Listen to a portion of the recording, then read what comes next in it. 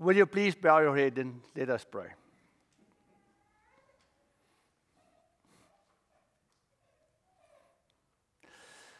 We know today that if we say a prayer, that this prayer is meaningful.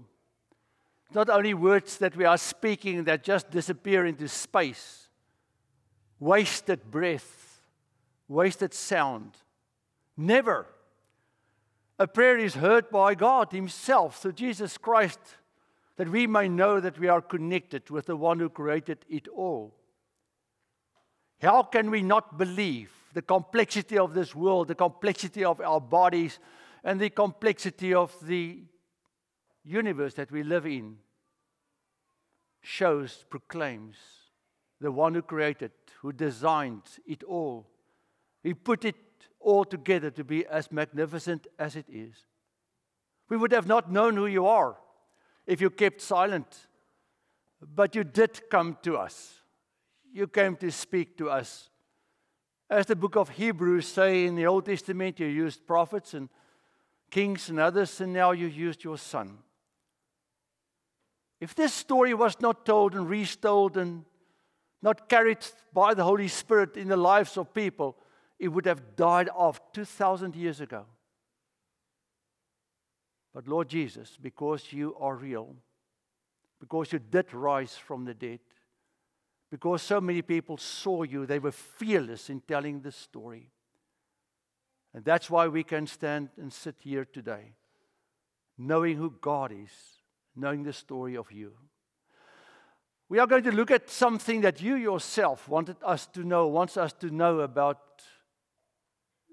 what we need to think about all that happened. So I ask that through your Spirit you will help me and all of us listening to this section in the book of Mark and grasp the meaning for all of us as we celebrate Easter, the resurrection of our Lord Jesus Christ. Amen.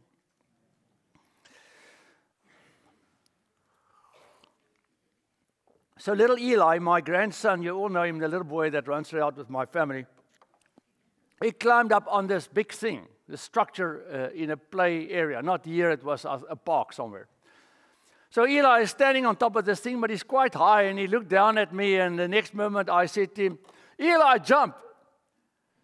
And I wasn't really ready. And the next moment, a body comes flying down in my direction. And I had to grab this kid. He just came. So I grabbed him, and I put him down, and for a moment I thought, why would he jump? If he knows me, arthritis in the hands already, all of those things. He jumped because I said so. He jumped because he wanted to obey me in some way, shape, or form. He jumped because he believed that I would catch him. And he jumped because he knows the guy that he calls Opa, standing next to this structure. That's why he jumped. It all took faith from his side, isn't it? Because that's what faith is, in a sense, is to know these things and then act upon it. In today's section that we're going to look in Mark, we are actually going to look then at the resurrection story of Christ. Now, this story is told in every single gospel. Matthew, Mark, Luke, and John tells the story, and you will find sort of a little bit of different versions, but I'm going to focus only on the gospel of Mark, because Mark wanted us to see this picture from his viewpoint. Now, this is for a different day. If you open up a Bible, you'll find that there are three endings, in a sense, to the Gospel of Mark. It ends where I'm going to end now. Then there's one more verse, and then there's a whole section that was added. But the most authoritative manuscripts we have sort of ends the thing where I'm going to end then today. But that's not for today. Just let's read. When the Sabbath was over, Mark 16, Mary Magdalene, Mary the mother of James, and Salome brought spices so that they might go and anoint him. And very early on the first day of the week, when the sun had risen, they went to the tomb. They had been saying to one another, who will roll away the stone for us from the entrance to the tomb? When they looked up, they saw the stone was very large, had already been rolled back. As they entered the tomb, they saw a young man dressed in a white robe sitting on the right side. And they were alarmed. These tombs are big. Many years ago, I was in Israel, and they actually showed us a type of tomb like this, and you can actually walk into the thing. Because they had many bodies in it, 2 or 3 sometimes 4. But he said to them, do not be alarmed. You are looking for Jesus of Nazareth, who was crucified. He has been raised. He's not here. Look, there is the place that they laid him. But go, tell his disciples and Peter that he's going ahead of you to Galilee. There you will see him just as he told you. So they went out and fled from the tomb, for terror and amazement had seized them. They said nothing to no one, for they were afraid. This is the word of our Lord. So 2 Marys and Salome. Jesus died on a Friday evening, just as the sun was setting, and it was the end of the Sabbath day. On Sabbath, you can't do really anything. You're not allowed to do any work, so they could not anoint his body. His body was taken to the tomb and was lying there for Saturday, the day between Good Friday and then Easter morning that we celebrate. So early, when the sun rose, and they know Sabbath is now over, because Sabbath starts sort of at Friday evening, went on all the way till Saturday evening. So Sunday morning, they decide, okay, sun is up, let's go to the tomb and let's go and anoint him. Now, anoint was actually more spices. It's like embalming the body a little bit so that there was some respect shown to this person that they knew that now died. They are concerned about practical stuff. How are we going to get into the tomb? Because there's this huge stone lying in front of the thing that rolls on this sort of track, not sort of a stone track, and they can get the thing in and wait in front or then away from the entrance. How are we going to get in? But when they got there, what they found was that the stone was already moved. And then they found this person sitting inside the tomb that wore white clothes, and the person says to them, after he calmed them down a little bit, a few things. Now, let's just stop there for a moment. There's always this moment when we meet anything that has to do with heaven or God or the story of God. Sometimes this unsettledness that sort of is there because it's weird.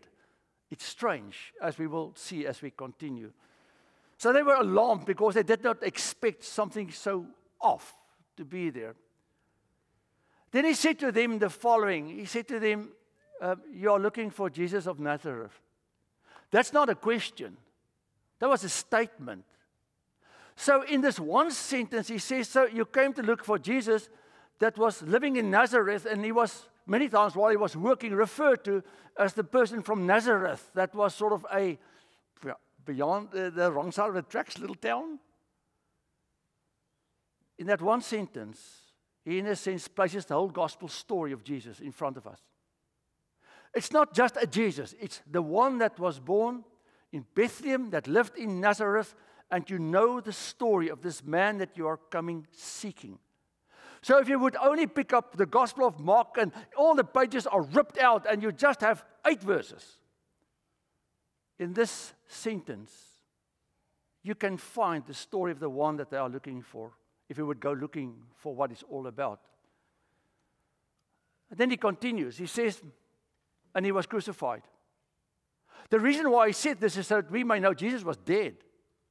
The Romans never crucified anyone and made sure that that person could get alive from the cross, because the crucifixion was a way of a death penalty to make sure the person dies. Why a crucifix? Because there's no space for you or place for you on earth or in heaven, so you need to hang between earth and heaven. You are so despised, you are such a terrible person that there's no place for you here or there in between. This man that you are looking for was in between. And he was killed. He was dead. And as the story tells us, even the Roman soldier had to make sure, so he pierced him with a sword with his spear before they took him down the cross. And then the angel, the person says, hey, but look at the place where he laid, is empty. He's not there anymore. So he recognized the fact that the body of Christ was in this tomb. But he says, but now his place is empty. The place where a dead body should be is nothing. There's nothing there. And then he says, go tell. Now, this is where the story changes. if you look at the Bible, you'll always find two very important things. You find the indicative and you find the imperative. The indicative is God's work. The indicative is the statement, I'm the Lord your God that led you out of the land of Egypt, that brought you all the way to the Mount Sinai, Exodus chapter 20. Therefore, because I did this, 10 Commandments. This is then how you recognize what I've done already for you in your life. Because God has an appeal on His people. He's got the right to have an appeal on us. This angel is now making the statement. You are looking for Jesus. He died. He was crucified. He's gone. His place is there. Look, He's not here. Now the imperative. Go. Go tell His disciples and tell Peter. Why would He add Peter? Peter was one of the disciples. What makes Peter now so special? Is it because he should play a special role in the church? Absolutely not. Peter was the one who stood next to Jesus and said, I will defend you until I die. And he was the one that 3 times, less than 36 hours ago, denied Jesus in front of a slave girl or a service girl that had actually no value. At some point he said a huge cuss word that I can't repeat here because it's in Greek. He actually cussed and said, I don't know this man. Go and tell my followers, and the one that's the most afraid of me now. I'm waiting for him. Not waiting to do harm, but waiting to share. Do you know what this means? That you and I can sit in this building and the words of this person speaking to these 3 girls, women, are also meant for us. How many times in my life have I denied Jesus? How many times in my life have I broken the heart of God? How many times in my life have I thought to myself, but there's no way that I can get close to God because of all the things I've done in my life. If you would just know my story, there's no way that God will give me access to His presence. And here the angel says to the woman, go and tell the one that at this point is probably seen as the worst because he's the one that denied Him. He didn't only run away, he said, I don't know Him. The story of the resurrection is for all of them and for Peter and for you. And then he continues. The angel now, he says, because he went ahead of you to Galilee. And he said, but isn't that what he told you guys? That's the place where you will see Him and you will find Him if you are looking for Him. And 3 times in the last few chapters of the Gospel of Mark, only in the Gospel of Mark, the Lord says, this is what will happen and I will meet you guys eventually in Galilee. Words, just words, spoken by a person to these 3 girls. Why is Jesus not there? Now, in one of the versions, Jesus shows up a little bit later. But now, I ask myself the question, just imagine they would arrive at the tomb and Jesus sits there and say, yay, I'm here, let's have a resurrection party. With respect. I am so glad to see you guys. I was dead, I'm alive, I'm here. That's what I would have done with respect if I were playing this role. But we can never play the role of Jesus, can we? Because in every single thing that happened in the story of Christ, there's a message for us. Nothing is random. Nothing is a coincidence. There is meaning in every single step that our Lord took while He was here. He's not in the tomb anymore because it's now time to believe. You see, it's now moving from all that Jesus did, where they saw all the things that He did, they heard all the things that He said, and now there's a new step that needs to take place, a new responsibility on our end. What am I going to do with the words that I've just heard? You see, the angel was actually preaching a sermon there, isn't it? That's what's happening. It's time to listen to a sermon. Because that's what a sermon is. A sermon means that, and Paul writes about this in Romans chapter 10. Yeah, 10. Paul writes about this in Romans chapter 10. He says, no one can come to Christ if somebody doesn't preach or share or tell the story. Use words to tell the story. And this is what this person is doing in the tomb. He's preaching. He's saying, hey, you can't see Jesus. I've got nothing to show you, except there are a few things lying there where he laid. And I have nothing to show you except the symbol of the cross. And maybe the table that's a symbol of communion. I have nothing else to show you. I'm so sorry. I can't show you Jesus.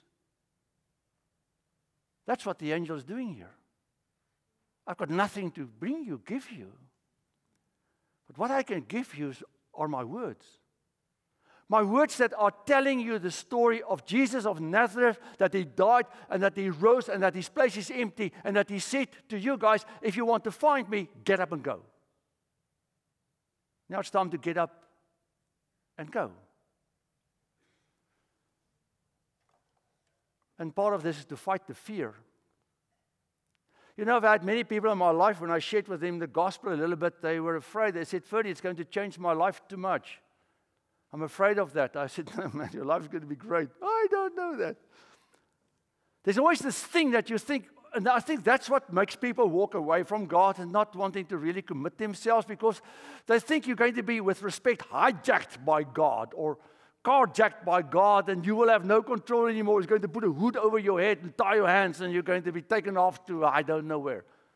That's absolutely nonsense. Let me stop saying stupid.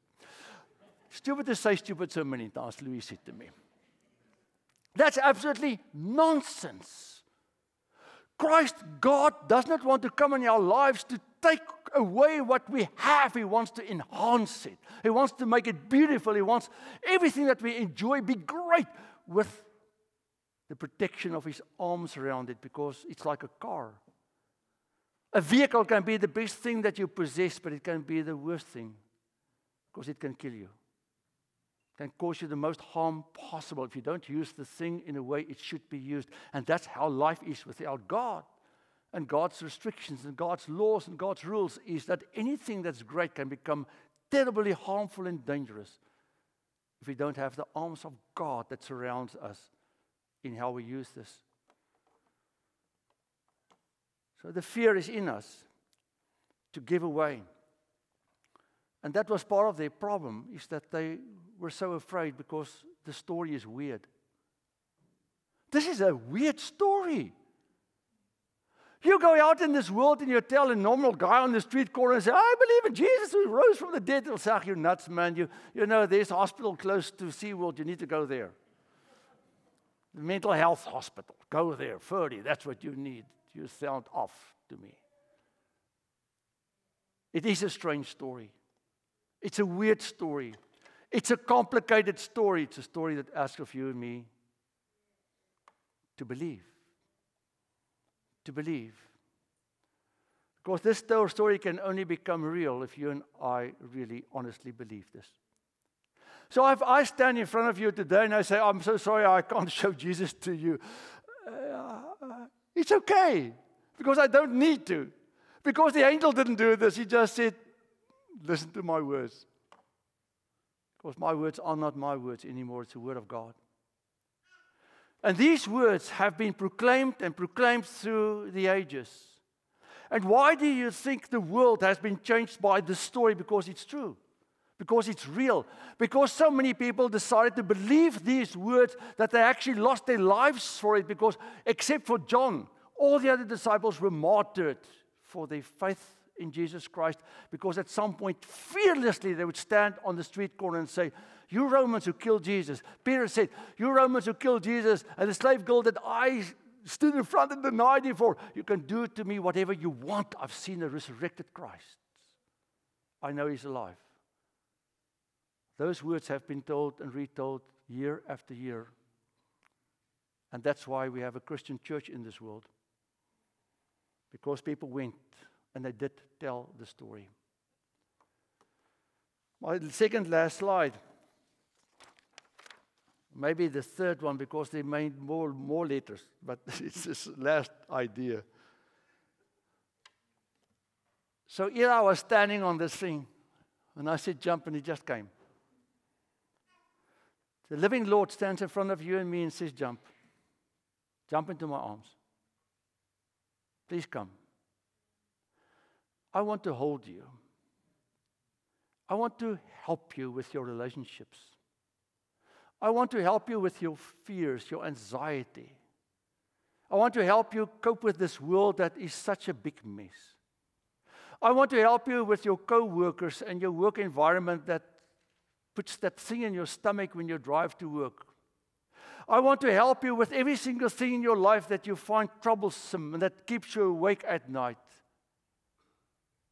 I want to help you because there's no one else in this world that can care for you as much as I do. But for me to be able to help you, need to jump into my arms. And jump into my arms means you need to trust my person. You need to believe that there is someone like Jesus Christ who rose from the dead, that is the Son of God, that is as real as you and I are sitting in this building, that actually do listen to us when we pray. I ask of you to jump into my arms because you've got my promises. Just look in the book that I've given you guys, my love letter, this note that I gave you. And if you go and check it out, you do the time and go and check it out, you'll find that I have fulfilled all my promises. And I've many times said to people, if you want to know God is real, do you know how you face your life? You turn around and you walk towards your future like this. Why do you do this? You back up to your own future. Because as I look back, I see what God has done. If I look in this direction, I see nothing. But if I look back, I can see what He has done. That's why I can walk in that direction. Because God will keep His promises for you and for me. He's got a track record that is fantastic. Because God will never go back on His word. Why jump into His arms? Because of His smile. It's nowhere in the Bible, what I'm saying now. But I believe it with all my heart. You know, when I was a kid, they always would portray Jesus or God as this stern man. You know, this like a judge sitting there with a hammer. I want to send you to hell. That's nonsense. God doesn't want to send people to hell. God wants to bring people to heaven. He stands with open arms. He says, my child, I've lost you. I want you to come back to me. Look what I have done to have you back in my life. Why will I not smile if you run towards me? Do not be afraid. Do not be afraid. The worst thing that can happen to you is to die. I do not know how I'm going to die. But I will. I know I will. And every single one of us sitting in this building or standing is a little bit concerned about this dying thing because, oh man, that's real. Because it's you. It's you that's going to go through that door. That's going to go from this realm to another one. At least with Christ in your life, you never have to fear that moment because you will not pass through that moment alone. You're not going to pass into darkness, a place without God. You're going to enter into a place with God. And that's His promise. That's His promise. And why can I tell you this? Because He said, I conquered death. And Paul writes about this in Romans again. I quote in Romans a lot today where Paul says, death, where is your sting? You can't hurt or harm me anymore. And that's why they fearlessly would run forward in life, because they knew living or dying, it's irrelevant. I'm with Christ because He's with me here, there, everywhere. Live like you believe this. That's really my last. There's my last slide.